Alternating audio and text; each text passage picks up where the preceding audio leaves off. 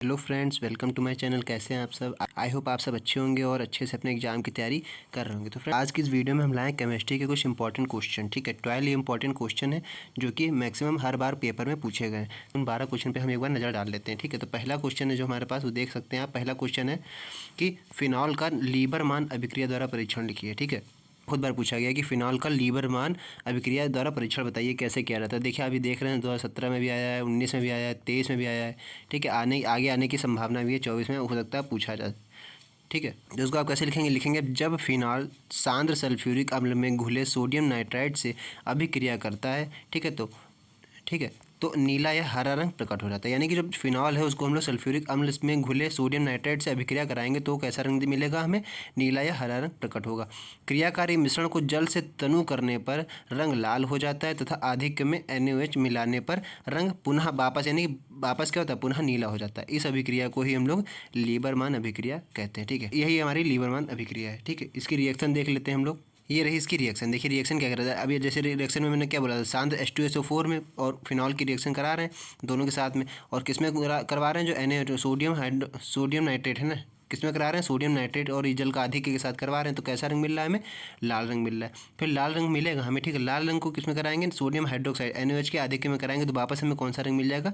नीला रंग मिल जाएगा। यही हमारी क्या होती है? यही हमारी लीबरमान अभिक्रिया कहते हैं। ठीक है, इसको फिर है फ्रेंड्स हमारे पास सेकंड क्वेश्चन कह रहा है, आप मेथिल अल्कोहल और एथिल अल्कोहल में विभेद कैसे करेंगे? केवल एक रासायनिक परीक्षण तथा अभिक्रिया द्वारा हमें समीकरण बताइए। ठीक है, समीकरण लिखिए। देखिए क्वेश्चन पूछा गया 2013 में भी आया था, 2016 में भी आया, 18 में भी आया है। ठीक है, कैसे आप डिफरेंस पहचानेंगे मेथिल अल्कोहल और एथिल अल्कोहल में? देखिए लिखेंगे, सबसे पहले थ्योरी लिखेंगे आपकी। मेथिल अल्कोहल और एथिल अल्कोहल में विभेद आयोडोफॉर्म परीक्षण द्वारा किया जाता है। ठीक है, किसके द्वारा परीक्षण करते हैं? आयोडोफॉर्म परीक्षण द्वारा किया जाता है। एथिल अल्कोहल को जब आयोडीन तथा जलीय सोडियम हाइड्रोक्साइड या जलीय सोडियम कार्बोनेट विलयन के साथ गर्म करते हैं। ठीक है, इतना आप लिख देंगे, मतलब आयोडोफॉर्म परीक्षण द्वारा किया जाता है। फिर एथिल अल्कोहल को जब आयोडीन तथा जलीय सोडियम हाइड्रोक्साइड यानी NaOH या जलीय सोडियम कार्बोनेट विलयन के साथ गर्म करते हैं। ठीक है, तो पीला क्रिस्टलीय ठोस आयोडोफॉर्म बनता है। ठीक है, यानी कि जब एथिल अल्कोहल और आयोडीन को दोनों को मिला के क्या गर्म करेंगे? सोडियम हाइड्रोक्साइड या जलीय विलयन सोडियम कार्बोनेट विलयन के साथ गर्म करेंगे तो हमें पीला क्रिस्टलीय ठोस मिलेगा, वही हमारा आयोडोफॉर्म बन जाएगा। ठीक है, यहाँ आप रिएक्शन बता सकते हैं क्योंकि उन्होंने रिएक्शन बोली हुई थी। तो आप लिखेंगे एथिल अल्कोहल, ये लिखा है, लिखा हुआ है CH3CH2OH, या जो आप इसको C2H5OH भी लिख सकते थे। ठीक है, एथिल अल्कोहल, ये आयोडीन है और ये सोडियम हाइड्रोक्साइड लिया गया। ठीक है, ये यहाँ बैलेंस किया गया 6 और 4। फिर यहाँ पर क्या है? आयोडोफॉर्म कैसे बनेगा? देखिए CH3, ठीक है, प्लस 5 NaI और यहाँ HCOONA plus 5H2O। Methyl alcohol iodoform परीक्षण नहीं देता है। याद रखिएगा, जो मेथिल अल्कोहल है वो आयोडोफॉर्म परीक्षण नहीं देगा। ठीक है, लेकिन एथिल अल्कोहल देता है, क्योंकि एथिल अल्कोहल गर्म करेंगे तो हमारा क्या बनना है? आयोडोफॉर्म बनना है। लेकिन मेथिल अल्कोहल आयोडोफॉर्म परीक्षण नहीं देता है, इसलिए आप क्या लिखेंगे ऊपर? जो आपने उन्होंने क्वेश्चन में क्या बोला था, मेथिल अल्कोहल एथिल अल्कोहल में विभेद कैसे करेंगे, तो आप मेथिल अल्कोहल का बता देंगे। मेथिल अल्कोहल आयोडोफॉर्म नहीं देता है, एथिल अल्कोहल आयोडोफॉर्म देता है। ठीक है, थर्ड क्वेश्चन है फ्रेंड्स, फॉर्मेलिन क्या है? इसके उपयोग लिखिए।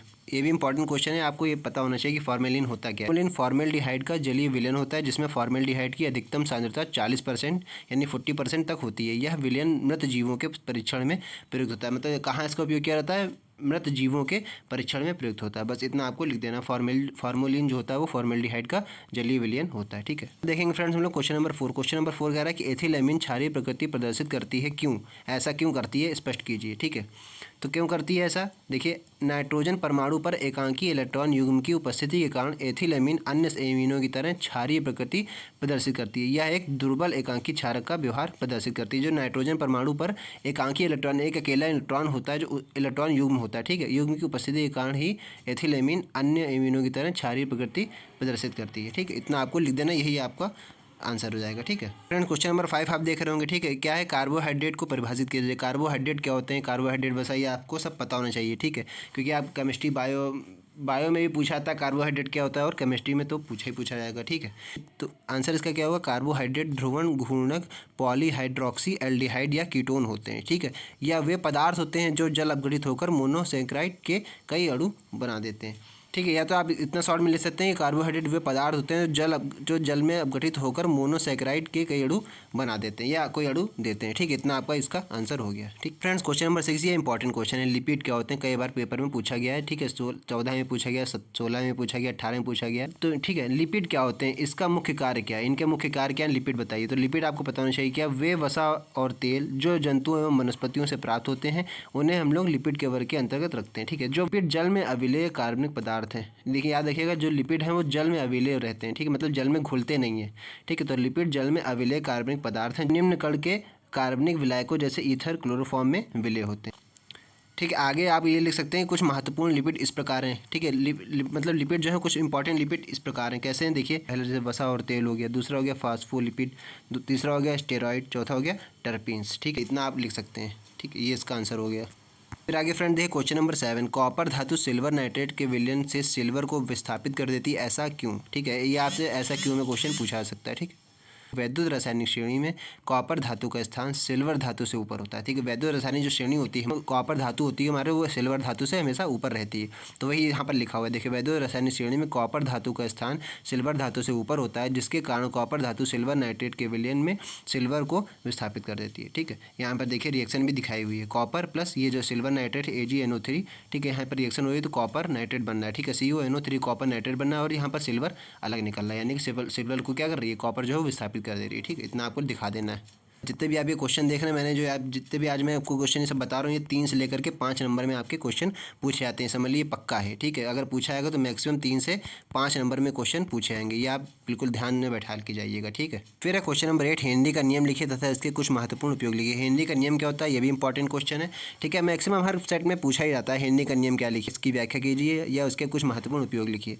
तो आप क्या लिखेंगे, जैसे इस नियम के अनुसार स्थिर ताप पर किसी गैस की द्रव में विलेयता गैस के आंशिक दाब के समानुपाती होती है। यहाँ पर आगे पैरा चेंज करके आप लिखेंगे, यदि किसी गैस की द्रव में विलेयता S तथा आंशिक दाब P है तो रिएक्शन हमारी यानी कि जो इक्वेशन बनेगी वो क्या बनेगी, हेनरी के नियम से S directly proportional to P। जो S है वो क्या है, हमारी विलेयता है, द्रव में विलेयता है। ठीक है, और P क्या है, वो आंशिक दाब है। ठीक है, तो यहाँ पर हम लोग ये इक्वेशन की तरह से दिखा सकते हैं कि S directly proportional to P, ये इंपॉर्टेंट है, ये आप रिएक्शन दिखा सकते हैं। ठीक है, फिर हमारा क्वेश्चन नंबर 9 देख लिए, ये भी इंपॉर्टेंट ही क्वेश्चन है।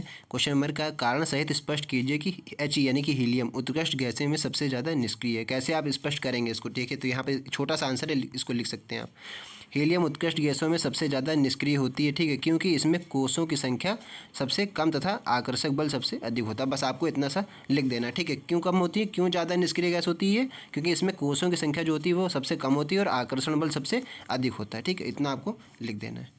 उसके बाद फ्रेंड्स क्वेश्चन नंबर 10 है, क्या बोल रहा है कि मोलरता तथा मोल अंश पर टिप्पणी लिखिए। मोलरता क्या होती है और मोल अंश दोनों अलग अलग होते हैं। ठीक है, पहले आप बताएंगे मोलरता क्या होती है। मोलरता हेडिंग डाल के आप लिखेंगे कि 1 लीटर विलयन में घुले हुए विलय के मोलों की संख्या को उस विलयन की मोलरता कहती हैं।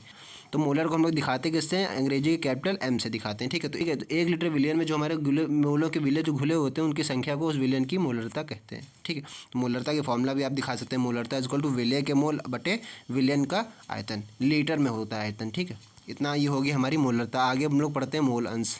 ये देखिए मोल अंश या मोल प्रभाज के नाम से भी जाना जाता है। कभी कभी आपसे क्या होता है, मोल अंश ना पूछ के मोल प्रभाज भी पूछ सकते हैं कंफ्यूज करने के लिए, लेकिन आप वहाँ कंफ्यूज ना होइएगा। अगर मोल अंश पूछा जाए या मोल प्रभाज पूछा जाए, दोनों एक ही चीज़ है। ठीक है, इसीलिए बीच में मैंने या लगाया हुआ।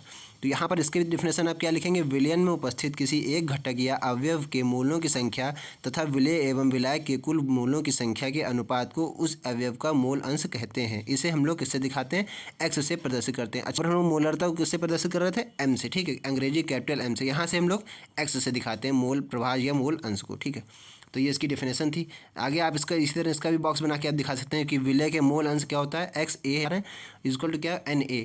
एन का मतलब एन यहाँ क्यों लगाया जा रहा है, एन यानी कि कुछ भी नंबर ऑफ कुछ भी हो सकते हैं, इसलिए हम लोग एन लगाते हैं। ठीक है, एन यानी कि कोई भी नंबर हो सकता है वहाँ। ठीक है, तो यहाँ फॉर्मूला क्या बनेगा, XA is equal to NA upon NA plus NB, ये इसका फॉर्मूला बन जाएगा। फिर है फ्रेंड्स क्वेश्चन नंबर 11, परासरण दाब क्या है। बस आप एक नज़र इसको देख लीजिए, बस ये 2 ही लाइन के आंसर है कि परासरण दाब क्या है। ठीक है, तो परासरण दाब क्या होता है, हमारा परासरण की क्रिया को रोकने के लिए जो दाब लगाया जाता है उसे हम लोग परासरण दाब कहते हैं। परासरण की क्रिया को जो रोकने के लिए जो दाब लगाया जा रहा है, ठीक है, जो परासरण की क्रिया हो रही है उसको हम लोग दबाने के लिए जो मतलब जो भी उसको रोकने के लिए हम लोग जो कोई दाब लगाते हैं उसको हम लोग परासरण दाब के नाम से कहते हैं। ठीक है, परासरण दाब कहलाता है। ठीक है, फिर है फ्रेंड्स क्वेश्चन नंबर 12, ये लास्ट क्वेश्चन है, इसको आप देख लीजिए ध्यान से। फैराडे का विद्युत अपघटन का द्वितीयक नियम लिखिए। इस फैराडे के जो 2 नियम होते हैं, दोनों नियम पे मैंने वीडियो बनाया हुआ है, आप मेरे चैनल पर विजिट करके देख सकते हैं। ठीक है, तो यहाँ पर देख लीजिए, ये भी इंपॉर्टेंट क्वेश्चन है, 2017, 19 और 20 में पूछा गया है। देखिए इसमें आप क्या बताएंगे, इस नियम के अनुसार जब श्रेणी क्रम में जुड़े विभिन्न विद्युत अपघटनों के विलयनों में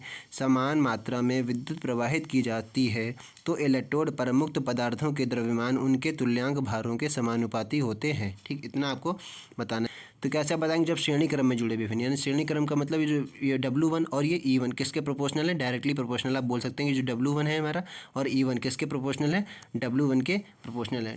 W1 क्या मान लेते हैं हम, द्रव्यमान है, और ये जो E1 है वो तुल्यांक भारों के समानुपाती है। ठीक है, पदार्थ द्रव्यमान उनके, तो W1 है हमारा क्या, वेट यानी कि द्रव्यमान, और ये E1 यानी कि तुल्यांक भार माना गया है। ठीक है, तो क्या माना गया, W1 किसके हो जाएगा, डायरेक्टली प्रोपोर्शनल टू E1। इसी तरह दूसरा श्रेणी क्रम में लिया जा रहा है तो W2 directly proportional to E2, ये हमारे श्रेणी क्रम में। जब एक दोनों एक दूसरे के प्रोपोर्शनल तो इसको भी ऐसे भी लिख सकते हैं, W1/E1 equal to W2/E2 equal to W3/E3, ये इसका इक्वेशन बन जाएगी। ठीक है, तो ये फैराडे का विद्युत अपघटन का द्वितीयक नियम है। ठीक है, तो फ्रेंड्स ये 12 क्वेश्चन बहुत ही इंपॉर्टेंट थे, इसीलिए मैंने इस पर एक ये वीडियो बनाई थी। तो आई होप आपको वीडियो अच्छी लगी होगी। अगर चैनल पर नए हैं तो चैनल को एक बार सब्सक्राइब कीजिए, क्योंकि मैं इस तरह की हाई स्कूल इंटर की और इस प्रकार की नई नई वीडियो लाता रहता हूँ। ठीक है, तो फ्रेंड्स बस आज की वीडियो में इतना ही, मिलते हैं नेक्स्ट वीडियो में, तब तक के लिए जय हिंद।